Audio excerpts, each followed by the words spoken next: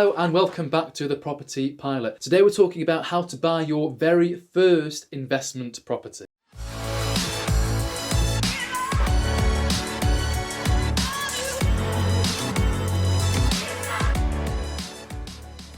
Okay, so welcome back. Today we're talking about how to buy your very first property. Your buy-to-let property, your investment property. Now, this is also applicable to buying your own residential home where you live in yourself. But this video is really tailored toward the investment side and the buy-to-let side, okay? So, before we can even talk about, the process and how we actually begin doing this, it's really important to think about strategy.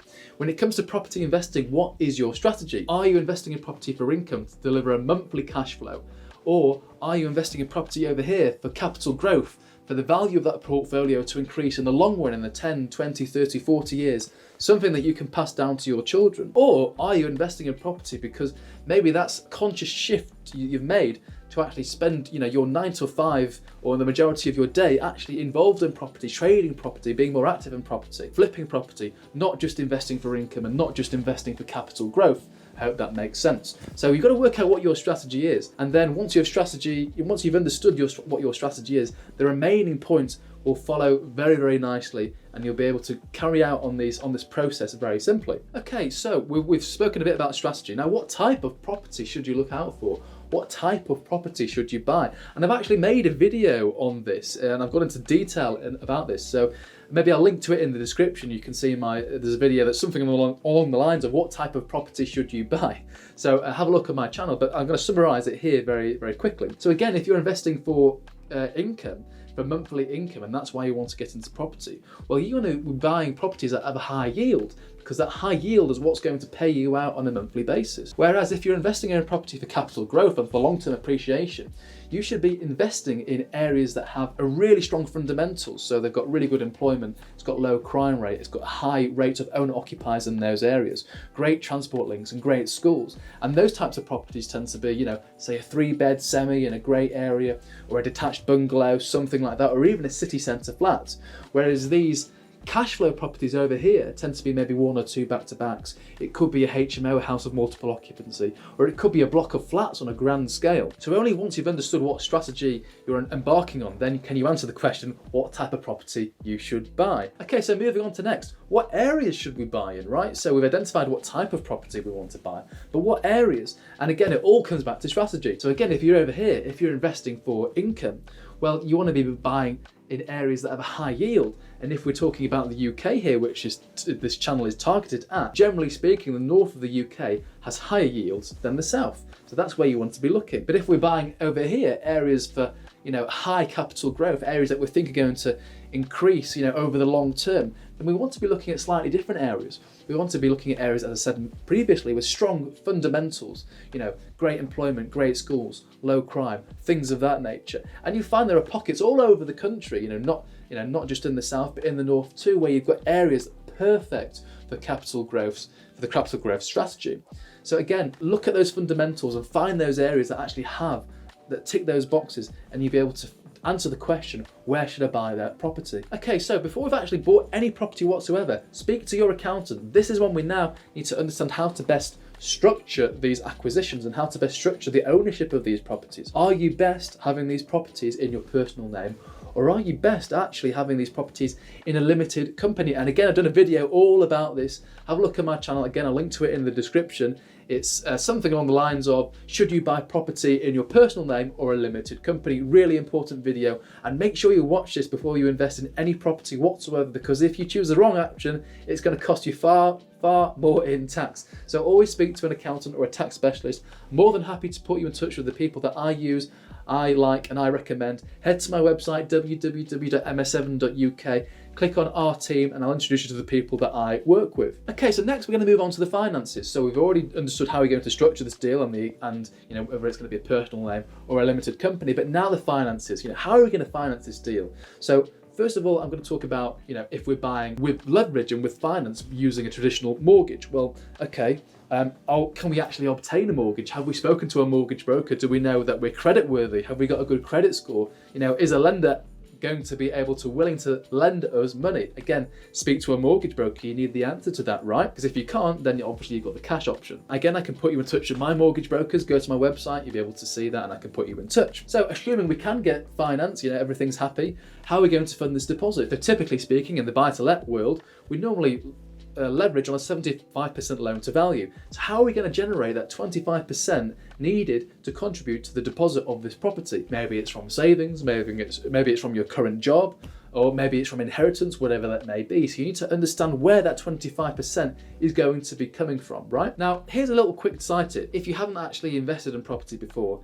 and you want to leverage and get, and utilize money from other people, and I'm specifically talking about here mortgage lenders rather than investors, what a tip I'd recommend doing right now is, if you haven't already, focus on your credit score and building the best possible credit score. That can be things like as simple as, if you don't have a credit card, get a credit card, start purchasing things on that credit card, but ensure it's paid in full every single month, and you don't go beyond that date where you start accruing interest that's payable, right? So for example, since my early 20s, I've been using a credit card. I pay it in full every single month. I think, in fact, one month I forgot by a couple of days, and I was really annoyed at that. But it's a great routine to get into. Put it on your credit card, pay it off, don't get yourself into trouble, don't spend more than what you can't afford to spend, and ensure that that credit card is paid off in full before those interest charges start amounting. And this is really going to help you. I know it sounds really stupid, but it's going to help you because it's going to help boost your credit score. And unfortunately, you've just got to play the system and play the game, because once you've got a great credit score, everything's a lot easier when it comes to getting money lent to you by mortgage lenders. Okay, so we've spoken a bit about finance, we've spoken a bit about deposit, but we need to also think about stamp duty. How are we going to fund this stamp duty? Everyone pays a different rate of stamp duty. If you're a first-time buyer, you pay a different rate of stamp duty to an investor or someone that's buying a second property, right? So again, there are lots of online calculators you can do. Just type in stamp duty calculator into Google, fill out the details, it takes 20 seconds, and you'll be able to calculate how much stamp duty will be due on completion of this property that you plan to purchase. So don't forget to account for stamp duty. If you're buying a big property, for example, I bought a block of flats nearly £1 million. That's a big lot of stamp duty that's that you need to pay, and it's important that you factor in this, because if you don't, your figures can be skewed significantly at that larger end. Now, again, there are ways of reducing your stamp duty liability. I'm not going to talk about this in this particular video. I'm going to generate a video all about that, and there's 6 main ways in how we can reduce stamp duty. And if your property qualifies for one of those, then that's absolutely great. Okay, right. So we've done all the planning, really. We've spoken about finances. We've spoken about structuring the property. We've spoken about what our target property actually looks like, and whereabouts it's based. Well, now we actually need to view the property, right? So we've gone on Rightmove, we've gone on Zoopla, we've found all these properties. Maybe we've generated the short list of 10 properties that we really like and we think could be particularly good investments. Well, we need to view these properties, right? So of course, give the agent a call, book in for a viewing, go around the property, understand what needs to be done to the property to make it how you want it to be. So for example, let's say you're renting it out, and you're renting it out as an average standard, say a 6.5, a 7 out of 10 standard. Well, how much money do you need to invest in this property to get it to that level? Maybe you're actually going for a premium HMO. You want it to be, kind of 9, a 10 out of 10, a really premium HMO, top of the market. Well, actually, how much are you going to spend, including all the fixture and the fittings, to actually get this property looking, how it should be for your target market. So it's really important that when you're viewing a property, you understand what it's going to cost you to put it into shape and to put it into what you want it to look like, right? Okay, so we've just finished viewing the property. Now we're going to offer on the property. Now, one rule of thumb that I really like is offer on every single property you view, even if you don't like it, even if once you view that property and you think it's going to cost an extra 10 grand, which you haven't actually accounted for, knock it off your offer, right? What's the worst that can happen? They say no, right? So always offer on every single property, even if you're putting in a reduced offer, right? A reduced offer, maybe an offer that, you actually hadn't forecasted, because it's going to take an extra 10 grand to get this property the way you want it to look, right? So offer on every property, and the reason you do that is because you'll be far more successful. You're going to have far more offers accepted if you offer on every single property that you see. Okay, so I'm hoping we've had an offer accepted. Maybe one of those 10 has worked out. I'm not entirely sure, but let's assume we've had an offer accepted. What are the next steps? Well, now it's the legal process. So again, we need to instruct a solicitor, instruct a conveyancer to actually purchase the property and to make sure everything is legit and above board, and you're de-risking yourself as much as you can do, right? So again, if you're looking to be put in touch with the solicitors that I know, I trust, I like and I use, again, head to my website www.ms7.uk, click on use our team, and I'll put you in touch with my solicitors, really good guys. Now, it's really important that you choose a solicitor that knows what they're doing, not just one of these online factories that charge nothing and churn out, you know, cases on cases, and they don't look at things properly and they're just tick in the box exercise. You want a solicitor that adds value, that can identify potential areas that may cause you issues further down the line on owning this particular property, right? So you really want a good solicitor on your team. And very, very briefly, I'm not going to go into the legal process too much in this video, but you know, we're purchasing a property. You know, we'll be raising searches on the property, we'll be maybe raising inquiries as a result from the information provided by the vendor. Then we're going to move on to exchanging on the property, which is great. You want to aim for that exchange as soon as possible. It almost secures you the property, and it makes things a lot harder to back out once both parties have exchanged.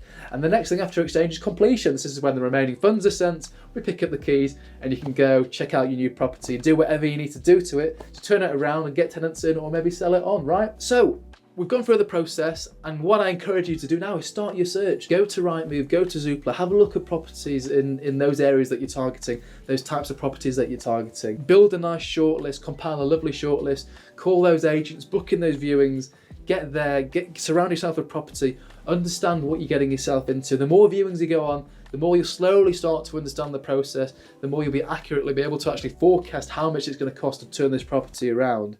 And it's just a copy and paste job. It's a numbers game here. You know, if you're just going on one viewing and putting forward one offer, you're not going to get the property. But if you're going on 10 viewings and submitting 10 offers, you're probably going to get at least one property, right? So it's a numbers game here. So if any of you need help working out the strategy and working out, you know, actually how to buy your first property and undergoing this process in a bit more depth and using a bit more know-how and utilising my skill set, then feel free to reach out to me. I'm more than happy to help. I love helping people getting involved in property, especially people that property is completely new to them and quite foreign to them. Property is a great way to make money and to also create a legacy that you can pass down to your children and to your family. So I hope you've got value from today's video, and if you haven't already, consider subscribing to the channel. I've got some really great content coming up, and yeah, enjoy your day.